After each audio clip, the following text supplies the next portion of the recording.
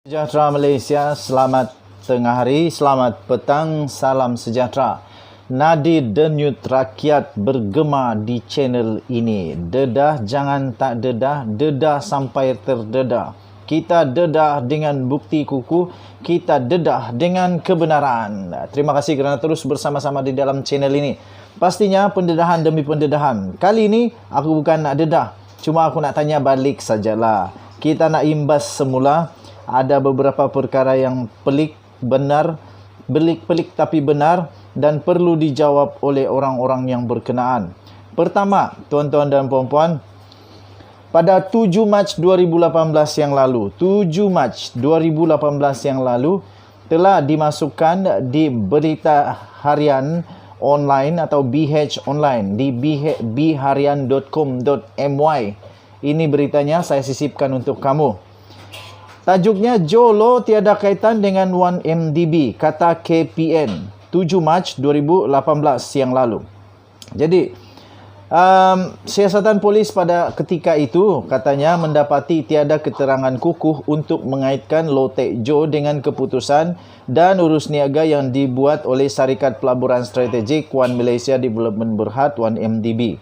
Demikian kata daripada Ketua Polis Negara Tan Sri Muhammad Fuzi Harun yang berkata daripada siasatan Tech Jo atau sebagai Jolo juga tidak pernah bekerja di 1MDB dan didapati semua keputusan dan urus niaga 1MDB dibuat oleh pengurusan dan lembaga pengarahnya. Itu yang pertama.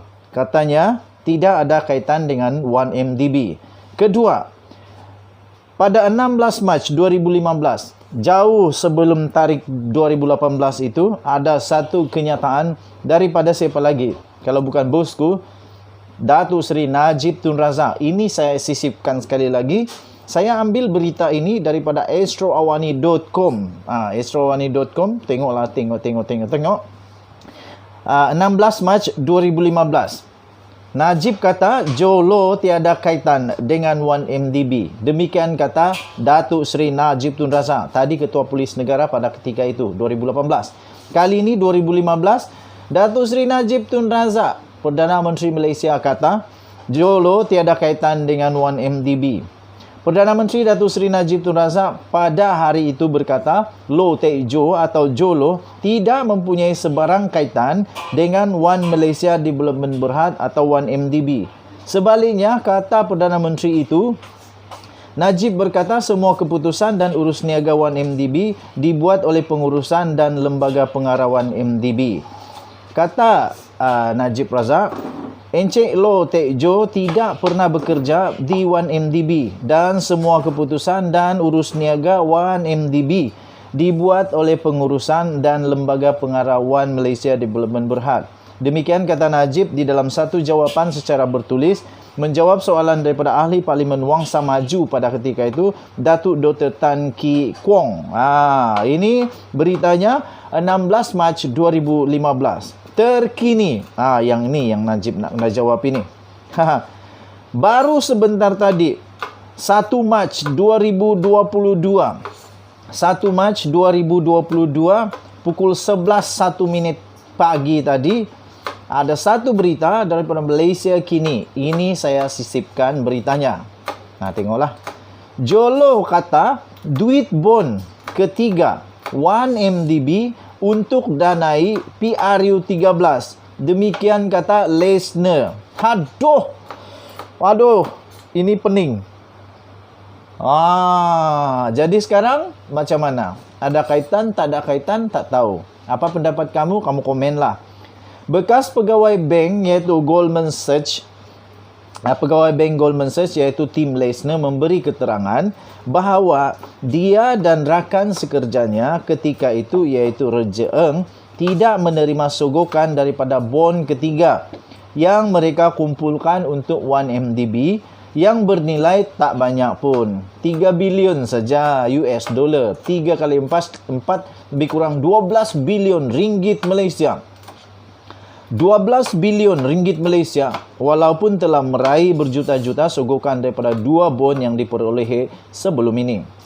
Lesner berkata Low Tech Jo atau juga dikenali sebagai Jolo telah memaklumkan kepadanya bahawa wang daripada bon ketiga dirujuk sebagai Project Catalyze, akan digunakan untuk pilihan raya umum pada ketika itu, yaitu pada tahun 2013. Waduh, terbongkarlah kali ini.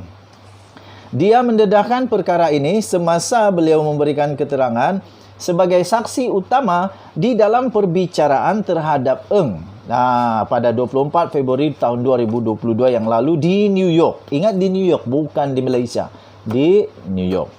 Eng telah didakwa melanggar undang-undang anti rasuah dan pengubahan wang haram. Okey, Malaysia kini melaporkan mereka telah melihat transkrip mahkamah daripada keterangannya itu, iaitu pada 24 Februari yang lalu. Demikian, begini perbicaraannya berlaku.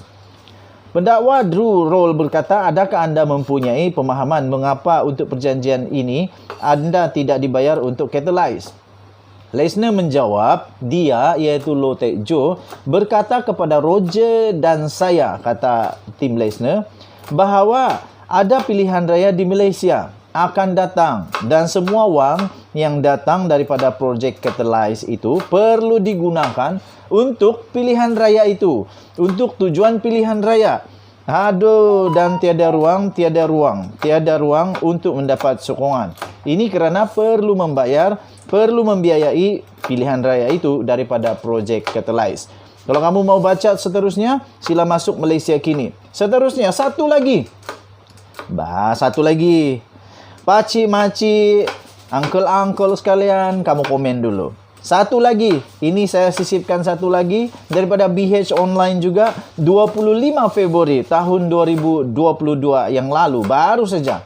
Jolo berkata, Syarikat Pelaburan Strategik Malaysia iaitu 1MDB dan anak syarikatnya menegaskan bahawa ahli perniagaan kontroversi dalam buruan Loh Teck Joe atau Jolo mengetahui dana syarikat itu yang diterimanya dilesapkan atau dipindahkan melalui tindakan pecah amanah antaranya oleh bekas Perdana Menteri Datuk Seri Najib Tun Razak. Aduh, mana ada kaitan Jolo dengan 1MDB? Aduh. 1MDB yang menjawab pertanyaan pembelaan Jolo dalam kes saman difailkannya terhadap lelaki itu dan ahli keluarganya berkata, defendant pertama iaitu Jolo adalah proksi dan rakan sekutu Najib. Mana ada Jolo, mana ada terlibat dengan 1MDB? Aduh, salah lapor kot. Tak adalah, takkanlah salah lapor pula. Ini newspaper memang dah lama aku baca. Sejak kecil berhingus lagi newspaper ni dah lama aku baca. BH Online, berita harian memang antara yang terbaik. Utusan Malaysia dan sebagainya terbaik. Jadi aku yakin dengan apa yang dilaporkan ini. Okey, jadi defendant pertama Jolo adalah proksi dan rakan sekutu Najib yang pada setiap masa menjadi pengarah bayangan 1MDB kerana pengarah di syarikat itu biasa bertindak mengikut perintah dan arahannya itu Najib Razak. So, apa komen kamu? Apa pendapat kamu? Berikan komen kamu. Adakah betul Jolo ini tak ada kaitan dengan 1MDB? Atau tiba-tiba saja sekarang ni ada kaitan? Okey, Malaysia kita punya. Cintai Malaysia aku. Jangan lupa tekan butang subscribe, like dan share. Kamu komen banyak-banyak, kamu share banyak-banyak. Kita jumpa lagi pada berita-berita akan datang. Okey, so itu saja untuk hari ini. Harap-harap tak adalah yang pelik-pelik lagi berlaku di Malaysia. Okey, kita jumpa lagi. Suara Nadi Rakyat bergema di channel ini. Bye.